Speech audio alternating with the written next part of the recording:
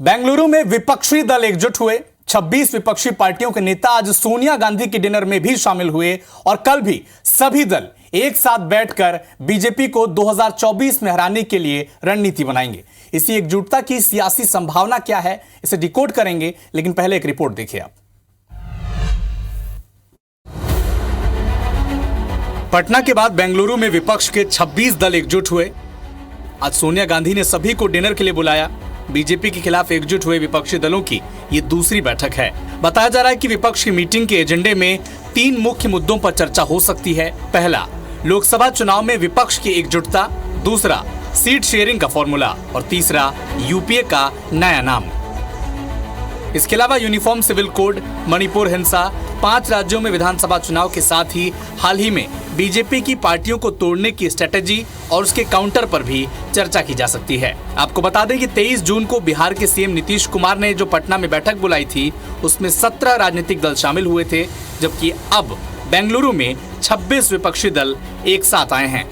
अरे अपोजिशन को अकेले ही भारी है, तो मैं एक ही काफी हूँ बोले, तो फिर क्यों 30 पार्टियों को जमा रहे? और वो 30 पार्टी के नाम तो बताओ आप।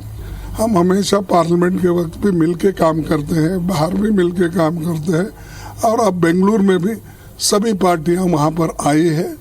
हम जो कर रहे हैं वो देख के वो घबरा गए हैं। कल जहां 26 विपक्षी दल बेंगलुरु में बीजेपी को घेरने की तैयारी में जुटेंगे, तो दूसरी तरफ बीजेपी अध्यक्ष जेपी नड्डा ने 18 जुलाई को यानी कल दिल्ली के अशोका होटल में एनडीए की मीटिंग बुलाई है, जिसकी अध्यक्षता प्रधानमंत्री नरेंद्र मोदी करेंगे।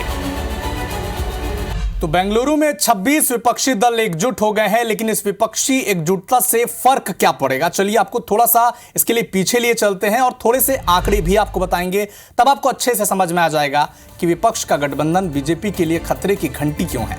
चलिए इसको डिकोड करते हैं।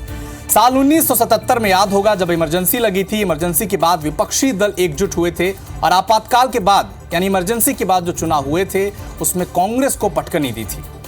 1977 में इंदिरा गांधी और संजय गांधी जैसे नेता के नेतृत्व में चुनाव लड़ रही कांग्रेस महज 154 सीटों पर सिमट कर रह गई थी।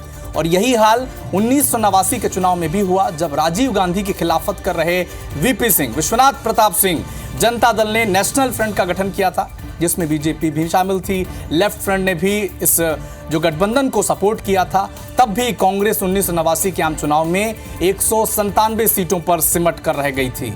2014 में हालांकि जब यूपीए सरकार में थी, तो जो पूरा विपक्ष था अलग अलग चुनाव लड़ा था, बीजेपी ने जीत भी हासिल की थी। लेकिन एक सैंपल कार्ड आपको समझाते हैं। यूपी की अगर बात करें तो 2014 में बीजेपी ने यूपी की 80 सीटों में से 71 सीटें हासिल की थी। तब यूपी में कांग्रेस और समाजवादी पार्टी, बहुजन समाजवादी पार्टी यानी बसपा अलग अलग उम्मीदवार उन्होंने उतारे थे। लेकिन जब साल 2019 में समाजवादी पार्टी और बहुजन समाजवादी पार्टी यानी बसपा और सपा का गठबंधन हुआ, तो दोनों पार्टियों ने मिलकर 15 सीटें जीती। बीएसपी को 10 सीट मिली, सपा को 5 सीट मिली। ये एक छोटा सा सैंपल है, लेकिन गठबंधन की ताकत बताने को काफी है। अगर बात करें बीजेपी की, तो 2014 में बीजेपी को 38.5% वोट मिले थे। लेकिन साल 2019 के चुनाव की बात करें तो इसमें उसे 45% वोट मिले थे। इसके अलावा 224 सीटों पर बीजेपी के उम्मीदवारों को 50% से अधिक वोट मिले। यानी इन 224 सीटों पर पार पाना विपक्ष के लिए कतई आसान नहीं होने वाला। तो ये तो रहा एक इक्वेशन कि कैसे अगर विपक्ष एकजुट हो जाए तो वो किसी भी सत्ताधारी दल को रोक सकता है। लेकिन अगर विपक्षी एकजुटता की बात करें तो उनकी जमीनी हकीकत क्या है? उनके सामने 3 सवाल हैं। विपक्षी एकता का चेहरा कौन होगा? विपक्षी दलों को कौन एकजुट करेगा? यानी अगर इन सभी दलों के बीच कोई अनबन हो जाती है तो उनका समन्वयक कौन होगा, यानी संयोजक कौन होगा? और तीसरी और सबसे अहम बात यह कि कांग्रेस क्या बड़ा दिल दिखा पाएगी? 2019 के आम चुनाव में कांग्रेस को 52 सीटें मिली थी। और अगर बात करें उन सीटों की जहां कांग्रेस बीजेपी के मुकाबले में, सीधे मुकाबले में अगर दूसरे स्थान पर रही, तो ये कुल 175 सीटें हैं। तो सवाल यही है कि विपक्षी दल अगर एकजुट हो भी जाएं, तो क्या कांग्रेस सीटों के मामले में कॉम्प्रोमाइज करने को तैयार होगी? क्योंकि बीते अगर आम चुनाव, 4 आम चुनाव की बात करें तो कांग्रेस कभी भी 400 से कम सीटों पर चुनाव नहीं लड़ी है। तो देखना होगा कि इस बार कांग्रेस कितनी सीटों पर चुनाव लड़ती है और विपक्षी एकजुटता का क्या असर होता है।